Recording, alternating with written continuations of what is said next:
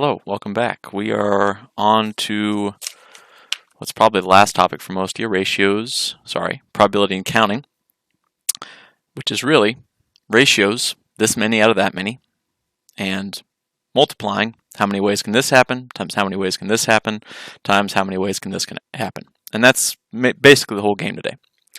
We're going to see a lot of story problems on these kind of questions. Skip the paragraphy thing first. Jump down to where the question is. Suppose a person will be chosen at random from these 560 residents. Great. Which of the following values is closest to the probability that the person chosen will not be a high school student and will not have replied with no opinion? Well, let's cross out the people we're not interested in. We're not interested in the high school students, and we're also not interested in the no opinions. Let's cross them out. What are we left with? These four individuals in here. 14 plus 10 plus 85 plus 353 out of that total of 560. Put that in your calculator. Believe you're going to find correct answer D. A lot of what we're going to be doing, this many out of that many. Probabilities or ratios. The people that meet the condition divided by total number of people. Number 2. Question some of you might not be familiar with. A committee will be selected to form a group of 12 women, 18 men. We're going to choose 5 women, 5 men. Which of the following expressions gives the number of different committees that could be selected from these 30 people? Okay, so we got to know the number of ways to select the 5 women, and we're going to multiply that by the number of ways to select the 5 men. So right away, I can cross out H and F because I know it's going to be one thing multiplied by another thing. And then you're looking at these things with the P's and C's. We got things called permutations, which are like ordered lists. And we got these things called combinations, where the order doesn't matter.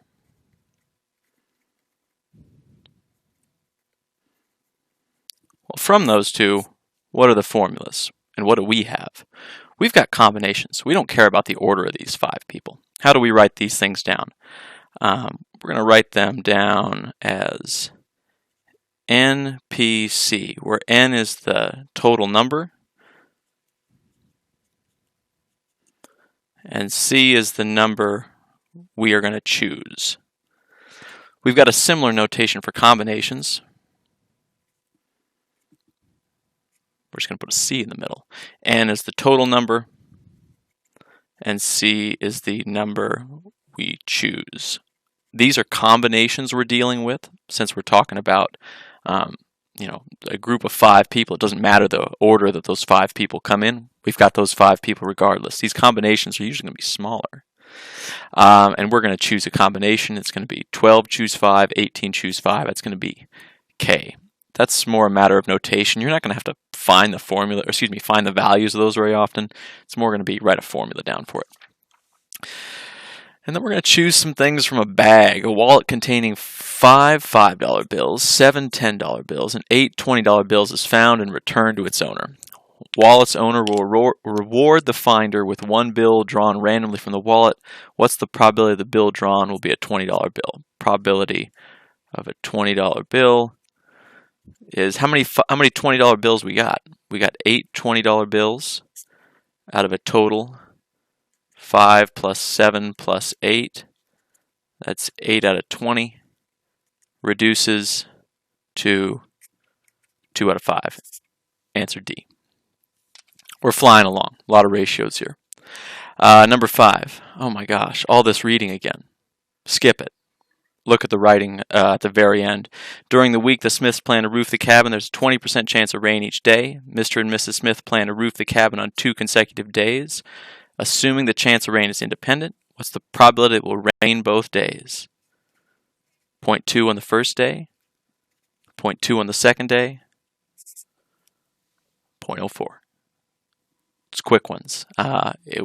On these questions, you see a lot of stuff up at the top.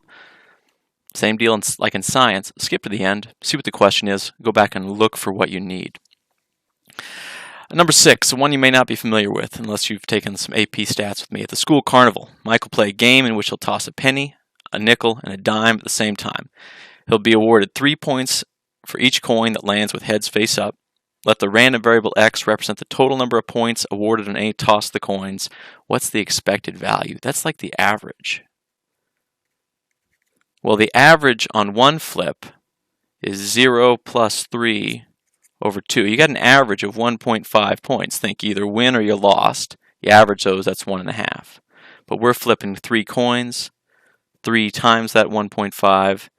That's 4.5, and you're going to get H 9 over 2 on that one. A few left for you. Averaging, multiplying, it's the same kind of things over and over. Oh my God, in his costume supplies, Elmo the Clown has 4 noses, 3 pairs of lips, and 2 wigs. Clown costume consists of 1 nose, 1 pair of lips, and 1 wig. How many different costumes can he make? Well, this is the number of ways to pick noses times the number of ways lips times the number of ways wigs. It is just as easy as 4 times 3 times 2, that's E24. It's a lot of what these problems are. A little quick multiplication. You've seen a problem like 11 before. I'm actually going to skip it for the sake of time, and the last one I'm going to look at is number 13. I'm going to read through this real quick. I'm actually not. I'm going to skip the first paragraph. I'm going to look at the end. One region had exactly 8 responses.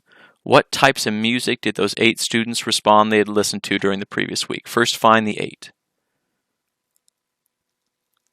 That's that section right there. Who does that come from? That 8 comes from rap and rock only. That's going to be answer J. Probability and counting is kind of weird. You're probably going to want to talk to me quite a bit while I'm, wandering around the room because these are goofy. I've got a key. It's got a lot of work shown on it. Let me know if you need me to describe more to you when I'm walking around. That's what I got.